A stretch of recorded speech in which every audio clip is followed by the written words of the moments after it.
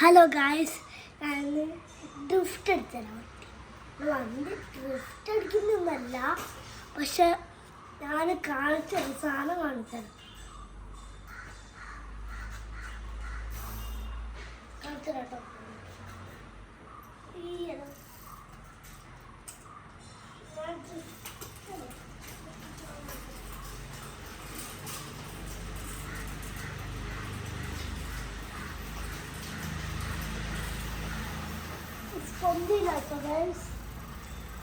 പൊന്തില്ല പൊന്തില്ല